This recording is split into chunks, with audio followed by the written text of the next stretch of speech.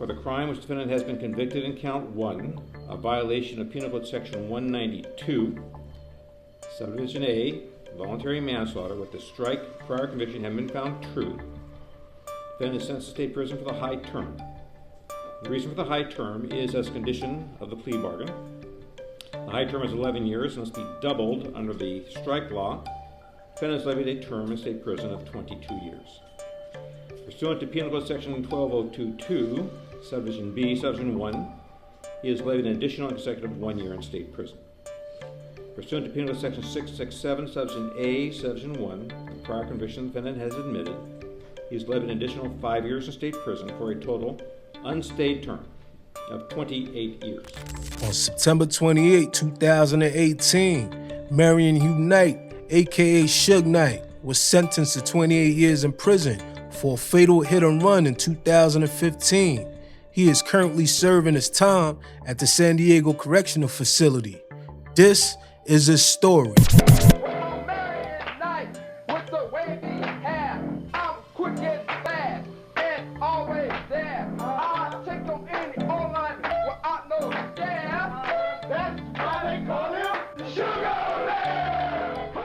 Suge Knight was a record executive, co-founder, and former CEO of Deathrow Records. Suge was a central figure in gangsta rap's commercial success in the 90s. This is attributed to the record label's first 2 album releases, Dr. Dre's The Chronic in 92 and Snoop Dogg's Doggy Style in 93. In this video, I'll be going over his come up and all the controversies and the people he had issues with over the years. Marion Hugh Knight Jr. was born on April 19, 1965 in Compton, California, the youngest of 3 siblings. His father gave him the nickname Sugar Bear or Suge because of his huge appearance. During his early days, he played football in high school and he was a star lineman, which earned him a scholarship to the University of Nevada, Las Vegas, where he excelled academically. He was book smart.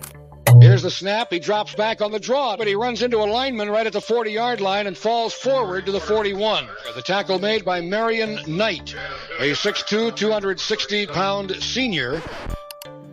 Suge played briefly as a defensive lineman for the Los Angeles Rams.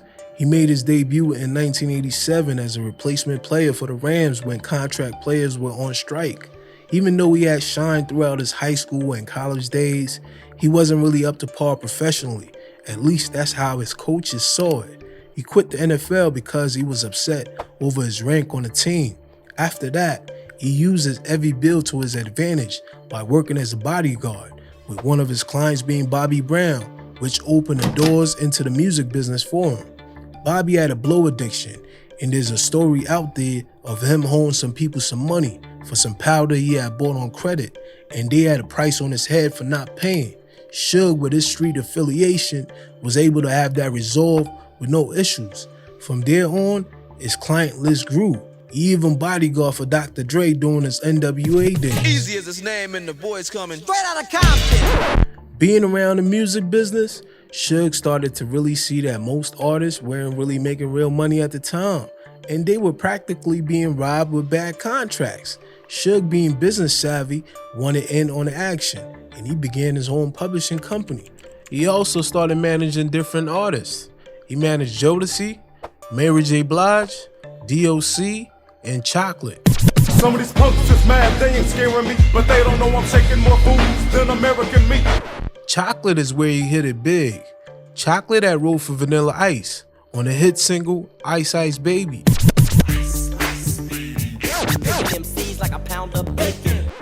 Offers to the Extreme album that dropped in August of 1990. This will lead to the now infamous and exaggerated story we've heard about Suge Knight and Vanilla Ice throughout the years. It was said that Suge had Vanilla Ice dangling from the 15th floor balcony, having him sign over his publishing rights for Ice Ice Baby. Said they had him like this with 2 feet dangling. Van Winkle describes a terrifying night in his suite at a Beverly Hills hotel when he says Suge Knight showed up with 6 other men. Roughed one of my bodyguards up. They roughed everybody else and my whole entourage up. Suge took me out on the balcony, started talking to me personally on the balcony. on the balcony, High above. like 15 floors. He had me look over the edge, show me how high I was up there. Were you scared? I needed to wear a diaper on that day.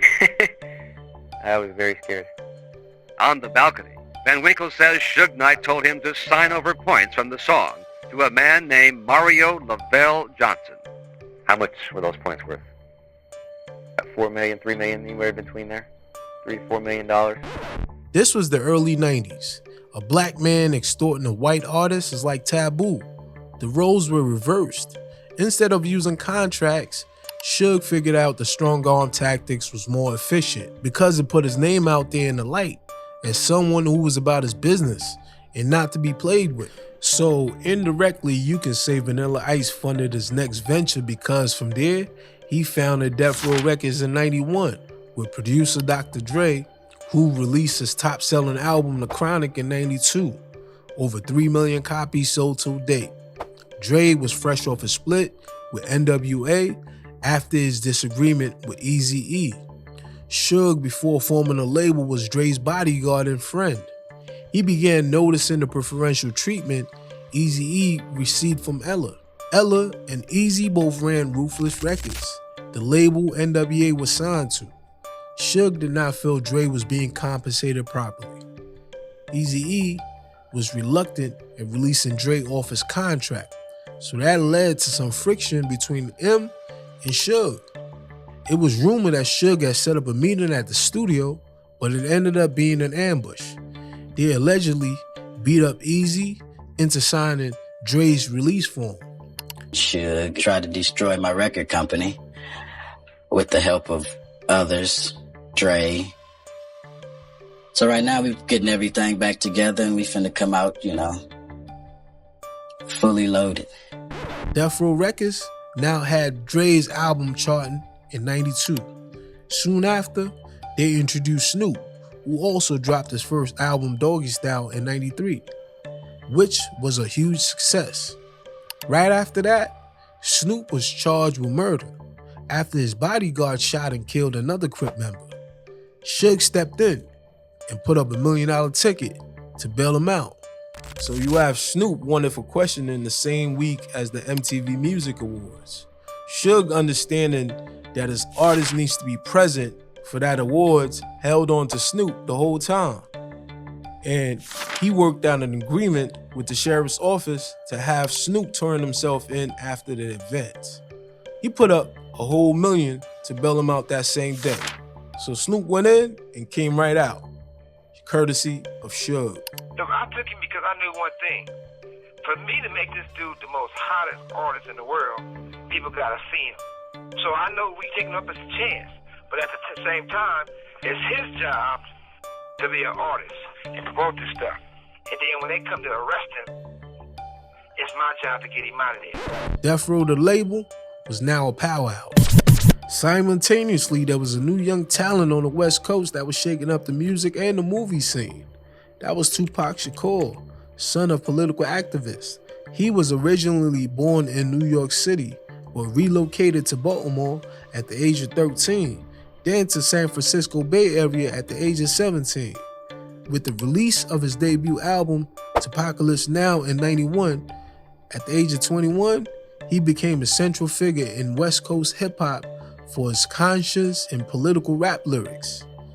Pac also starred and excelled in movies like Juice in '92, Poetic Justice in '93, Above the Rim in '94, in addition to a successful follow-up album, Strictly for My Ninjas in '93, and Me Against the World in '95.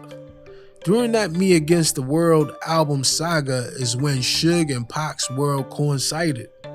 At that time, the album was released while Pac was supposed to be serving a 4.5-year sentence for a sexual abuse case, and Suge struck a deal with him that October in '95, posting his $1.4 million bail and freeing him from prison pending an appeal of his conviction, while also signing him to Deathrow Records. Rumor has it Suge went to visit Pac behind bars and had him signed to Deathrow on a napkin. Prior to Pac signing to Deathrow, He was ambushed, shot, and robbed at Quad's studio in New York City on November 30th, 1994. He was going to go meet up with another up-and-coming rap star on the East Coast, Biggie, and his crew to lay some tracks down, but they were met by vultures downstairs. My man was up in the studio doing a Junior Mafia session. So I got off at the reception area and I saw Andre and Little Sean. So I saw him saying what's up to them, I'm about to get on the elevator, and he comes out shot. The Tupac article had me pissed off, you know what I'm saying? Because first of all, he dissed my man, said my man turned his back on him, and I know for a fact that didn't happen, you know what I'm saying? And like the rumors that's spreading is on some tip like we set him up, you know what I'm saying? And that's crazy. After that incident, the relationship between Biggie and Pac, who were close prior, would never be the same, as Pac wrongfully suspected Biggie and Puffy had something to do with setting him up. 2 months prior to Suge signing him Tupac, he already felt some type of way about Puffy, another up-and-coming young exec on the East Coast. Suge had visited Pac at the Clinton Correctional Facility in northern New York, so Pac most likely expressed his anger towards Puff and Biggie, so Suge carried that with him, which led to this rant on August 3rd, 1995. First of all, I'd like to thank God. Second of all, I'd like to thank my whole entire Deathrow family on both sides, you know what I'm saying? I'd like to tell Tupac to keep his guards up. We ride with him.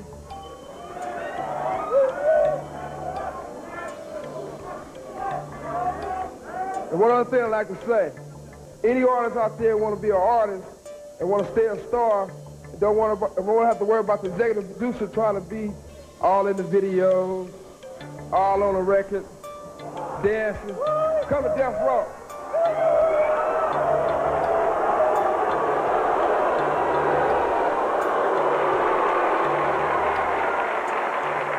This infamous rant at the 95 Source Award was one of many sparks that will ultimately ignite a bitter East Coast-West Coast rivalry. Suge now had Pac on Deathrow Records, and Puff had Biggie on Bad Boy Records. That jab about dancing around is because Brother Love, unlike most record execs at the time, was also an artist who wasn't shy of the cameras. Puffy wanted to be the talent and the boss. Suge's style was more of the shadow figure behind the scene. Both had huge egos and strong personalities, which would cause their feud to extend way past just competition for the spotlight. On September 24, 1995, while Suge was at a Jermaine Dupri birthday party in Atlanta, him and Puff got into an heated exchange in the club, which led to a tragic shooting of Suge's friend, Big J, outside the club. This is how the East Coast-West Coast beef popped off. Before, it was just words and blame game. Now somebody just dropped, and Diddy's bodyguard, Wolf, was rumored to be responsible, but he didn't get charged for it. Say what you want to say about Puff, but you can never take away the fact that Puffy was one of the very few young black execs in the music business who worked his way from the ground up. Sean John Combs, born on November 4th, 1969 in Harlem, New York, goes by a few nicknames: Puffy, Puff Daddy, P. Diddy, Brother Love. He got a lot of names. He was a young hustler from the get-go. He majored in business administration at Howard University and was throwing weekly dance parties and running an airport shuttle service. He eventually dropped out to pursue an internship at Uptown Records, and he worked his way up to being the vice president. In 1993, Puffy started his own production company, Bad Boy Entertainment, working with both up-and-coming and established artists like Boyz II Men, TLC, Mariah Carey, Faith Evans, Lil' Kim, Mary J. Blige, Biggie, and a few others. Biggie signed to Diddy's label Bad Boy Entertainment upon his launch in '93 and dropped his debut album Ready to Die in '94. This will be his only album released before his early demise. Biggie and Pac became entangled in the East Coast-West Coast rivalry that also was fueled by the clash between Diddy and Suge. It was never a beef. It's only a difference in opinion. That's like me being mad at my little brother because he getting cash now. No, I'm not mad at that. I'm just mad at my little brother when he don't respect me. Now, when you don't respect me, I'm going to spank your ass. I don't give a fuck how rich you got on the block. I'm your big brother. I will break your big ass down. Everybody that thinks that I disrespected or I love my East Coast fans. I'm from there. I'm eating New York pizza. I drive New York Jeeps. Want to hear New York. But I'm saying, let's keep it real for a second. If you have the love of music that you are, study. Go back and study. Study why I would be mad. Study why I would be mad when half of New York, half of the major New York rappers, or they managers, or they agents, or they somebody was there when I got shot. And nobody couldn't give me no information. Just study that. On September 7, 1996, Tupac was shot in a drive-by after leaving a boxing match at the MGM Grand on Las Vegas Strip. He was sitting in a black BMW with Suge when a white Cadillac pulled up alongside of them and somebody opened fire, striking Pac multiple times and also grazing Suge in the head.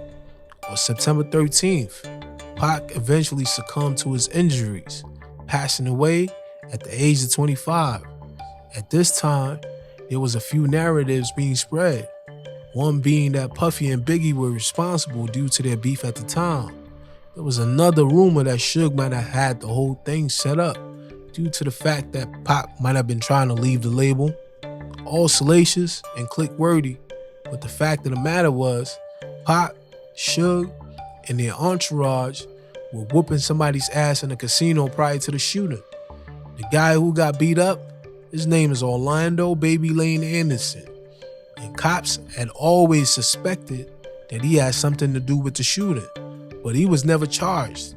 Before he also met his fate, there was a huge war in the streets of Cali that took place right after Pac's death. 3 decades later, Keefe D, the only surviving suspect, who was supposedly in the car that pulled up on Suge and Pac, was recently charged as an accomplice after he had been on numerous Vlad TV interviews and written books basically telling on himself. Y'all need to come buy my book. Compton's a street legend. It's a good read, man. It's nothing but the truth. Shit, he had half his body out the window. Yeah. He had a gun in Orlando, and Orlando shot Tupac and Suge. Yeah, he did his thing, yeah. Didn't nobody know but us four that was in the car. I said, on this type, you can't be telling nobody. That's the only way you're gonna stay free. That aged well. As for Suge, rumble with a Crip gang member from South Central. Knight claims he only tried to break it up. If somebody gets seriously hurt, I definitely will be getting sued. It'd be embarrassment to the company, it'd be embarrassment to myself, and it'd also be a possibility of me being violated my probation that I don't want to be incarcerated. I'd like to be on the streets. My first instinct of learning from my past history of being involved in violent activities is to break it up. Knight is already on probation after a 1995 conviction for pulling a gun on another rap artist, firing a shot, and threatening to kill him if he ever crossed Knight again. It is now up to Judge J. Stephen Zulger to determine if Knight violated that probation here in Vegas last September. On February 28, 1997, Suge was sentenced to 9 years in prison, but did 5 immediately after the shooting for violating his probation by participating in that attack at the casino. This was the beginning of the downfall of Suge and Deathrow the label. Up until that casino fight, Suge hadn't really faced any real consequences for his actions. Back in 1987, he had shot one of his friends who refused to testify, so he never really got into trouble. The most he ever faced was losing his contract with the 49ers before trying out with the LA Rams. Before Tupac's passing, Dr. Dre left the label to establish his own, Aftermath Entertainment, due to a few disagreements with Suge. It was rumored that Suge's entourage were intimidating Dre, making it uncomfortable for him to be in the office space. That's why Tupac dissed Dre a few times, due to his loyalty to Suge. And the Soul Train Music Award goes to... 6 months later, after Pac's death, on March 7, 1997, Biggie was in LA with Puffy to celebrate the 11th annual Soul Train Music Awards. Biggie was sitting in a parked Yukon truck when someone dressed in a blue suit and bow tie pulled up and rolled down his window, shooting Biggie 4 times. Biggie was pronounced dead shortly after. The case is still unresolved till today, but people have always blamed Suge as the culprit, even though he was incarcerated at the time. As for the label, Dr. Dre is out, and Snoop followed suit in '98 and left 2 years after he beat that murder case, parting ways with Deathrow Records in favor of Master P's No Limit Records. Master P had showed him what it was like to own something. My business was garbage back then, Deathrow Records. I let them control everything because I trusted them and I felt like they wouldn't do me wrong. They put me in the game. Everything was in Suge Knight's name. Business accounts was his accounts. Manager was his wife. Imagine all of that shit being twisted up like an octopus. Master P actually went to go see Suge behind those walls, and he cut him a check for $3 million. And Snoop was officially a no-limit soldier. Bitch, I'm down with no limit. I ride for the cause. Everybody fuck with Snoop Doggy Dogg. I'ma make his niggas put his name on the wall. Suge, of course, is getting all these news while incarcerated, and he's not happy about them leaving. He does an interview a few years in, Beyond Bars, where he slanders Snoop's name, insinuating that he might be a truth teller. It's not personal, so I don't want to make it seem like I'm slandering these guys' names, or if you hear about a lot of the artists, some of them used to be on Deathrow, some on other labels, you might hear them getting caught with drugs, getting caught with a gun, stab somebody, do those type of crimes, they're not gonna come to prison. One of the reasons they're not gonna come to prison. Well, Snoop would never come. I mean, Snoop was on, we beat a murder trial for him, but then he was on probation. Then he got caught with 2 ounces of marijuana. Then he got caught with guns. And each time it's nothing. They're not gonna violate him. Because for the street guys know what I'm talking about. There's no puzzle. I mean, if you get a guy that constantly getting in trouble and never gonna come to prison, that's because he's an informant. He's a rat, a snitch. From this interview, you can already tell what type of time Suge was on before he came on. After he came on, he launched a smear campaign against Snoop and Dre. Deathrow, the label, was able to stay afloat with releases pulled from vaults, most successfully various post-Tupac's album, along with Dr. Dre's and Snoop Dogg's re-releases. Remember, Suge owned the publishing at the time. Suge also signed Crooked Eye, re-signed Corrupt, and made him vice president of Deathrow, causing a rift between Corrupt, Daz, and Snoop.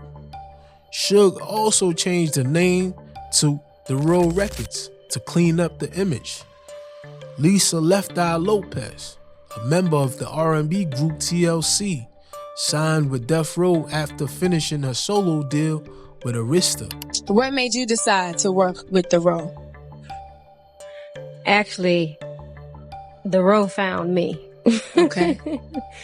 So I feel comfortable over here. Mm-hmm. This is a family. Mm-hmm. There's a lot of love here. Mm-hmm. And I don't know about the past because I wasn't there, but I'm here now. And I hope that the vibe that I bring to The Row, is a peaceful vibe.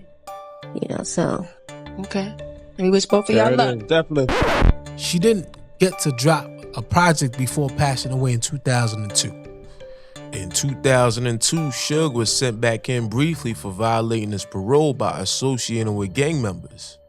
It was pretty much a downward spiral from here on out because he was in and out those walls. Them folks don't like him, and the people don't like him neither because they think he killed Tupac and Biggie. Meanwhile, that year in 2002, Dre signs 50 Cent to Interscope Records under Aftermath imprint. He had to making it in the video, my new video called In the Club, produced by Dr. Dre. Video's kind of big production, you know what I mean? Dre sent me the record. I don't think he envisioned a club record when he sent it to me, but that's what I did with it. And he did what he did, you know, he sprinkled his little magic on it. Now it's a hit record. You're gonna see. And you see I'm bragging now before it becomes a hit record because I want to make sure you know that I know it was a hit record before it's a hit record. Sometime that year, while 50 was shooting a scene in Cali for In a Club video, Suge pops up, most likely looking for Dr. Dre, but he was met by 50, his team, and Eminem, who ran up there with a bulletproof vest. Suge left before shit could get ugly. Remember the time, actually, it's funny because he showed up to the In the Club video shoot. He came, it was like, Suge's outside, Suge's outside. Everybody like, he was running, dropping shit, like, man, everybody going, I'm in front of the camera like this. Everybody like, whoa, running. It was just gone. Yeah, now it kind of changed a little bit. In 2003, Suge goes on Jimmy Kimmel Live and throws one of his dirtiest jabs at Eazy E. This is a new thing, right? Yeah. See, if somebody gonna do something about it, see, technology is so high, right? Right. So if you shoot somebody, you go to jail forever. So the kids, you don't want to go to jail forever, right? So they got this new thing out there. People sell them all the time. They got this stuff they call, they get blood from somebody with AIDS. Yeah. And then they shoot you with it. Oh, so well, that seems don't happen. bad. That's a slow death. Yeah. It's an Eazy E thing, you know what I mean? Yeah. Oh, no. Okay.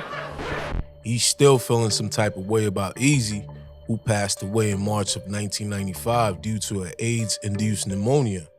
Remember, they were at odds over Dr. Dre. On November 16, 2004, at the Vibes Awards, Suge is finally in the same room as both Dre and Snoop. He had somebody go snuff Dre, but that turned out to be a bad idea for Dude, cause he got beat down and poked up by 50 in the unit. Buck got charged for that stabbing. Rewind back a bit to Tupac robbery at Quad Studio. We know he blamed Biggie and Puff, but he also mentioned a few names, Haitian Jack and Jimmy Henchman.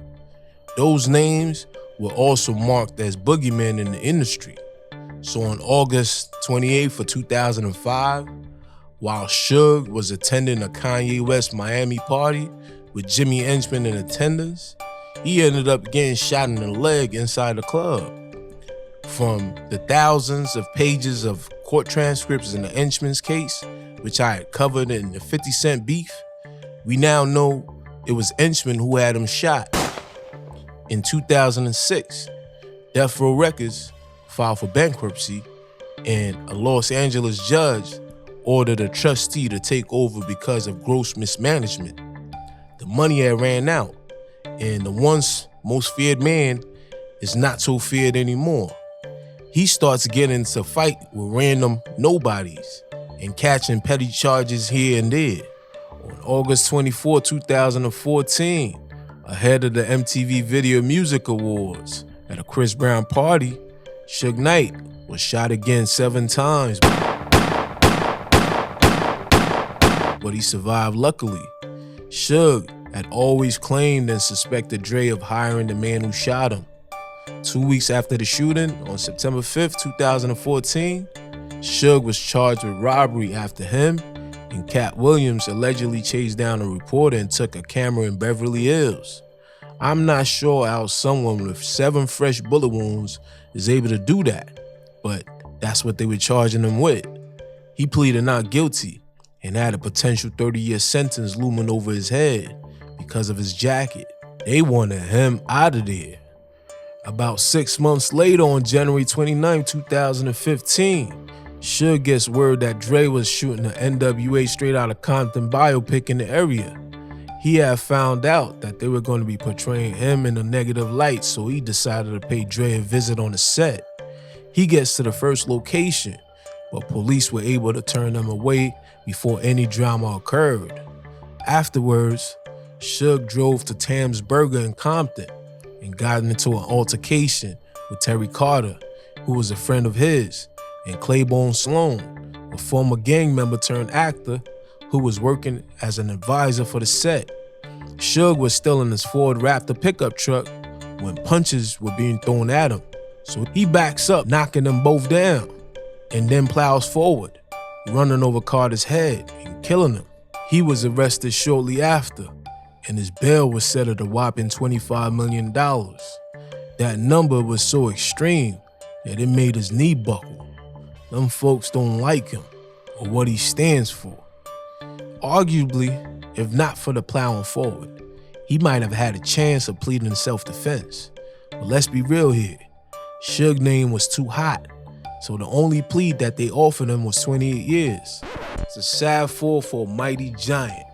He had got the money, the power, and the respect, but he got more consumed with street politics instead of focusing on business like Diddy and Master P.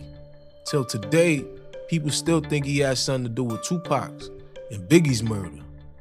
Let me know what y'all think about Suge in the comment section. Itsonnowtv. Catch y'all on the next one. Peace.